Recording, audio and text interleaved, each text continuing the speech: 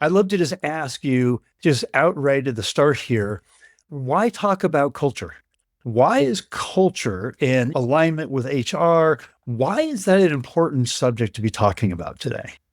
Yeah. Before we jump into the culture, I would like to make a slight correction. I don't like to call it HR. I like to call it as people operations. Even at WSO2, we call it as people operations because people are not resources. They are very valuable assets. So that's one thing. And culture and people, as well as the business, all these are interconnected.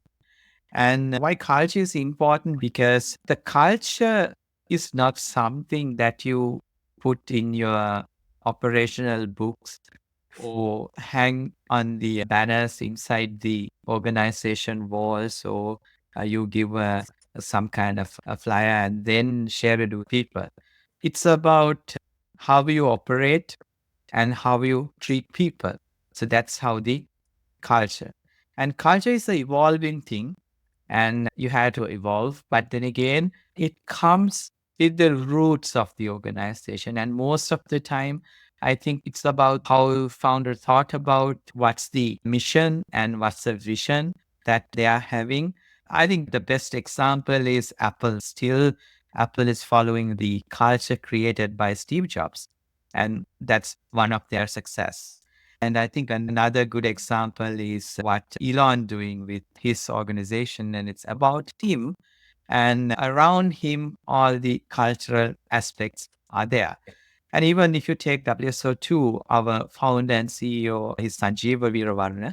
So Dr. Sanjeeva Veeravarna. And I think our culture also rooted based on how he wanted to have the operational aspects, how he wanted to treat people. So I think that's why it's very important.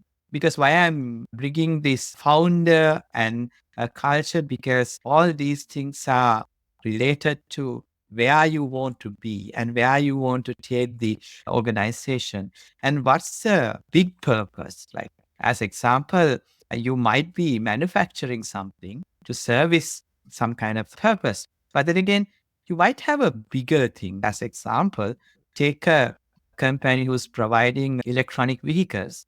Yes, the purpose is cost saving and all this stuff, but there's a bigger purpose of saving the planet. Have that purpose there and then rooted into the culture will help you to have a better workforce as well as a productive workforce who will be focusing on one direction and then providing the output that the organization wants as well as the other stakeholders, the customers, then your partners, and even the community. Because we spoke about these industrial cities and how these cities built around companies. Even Silicon Valley is a really good example.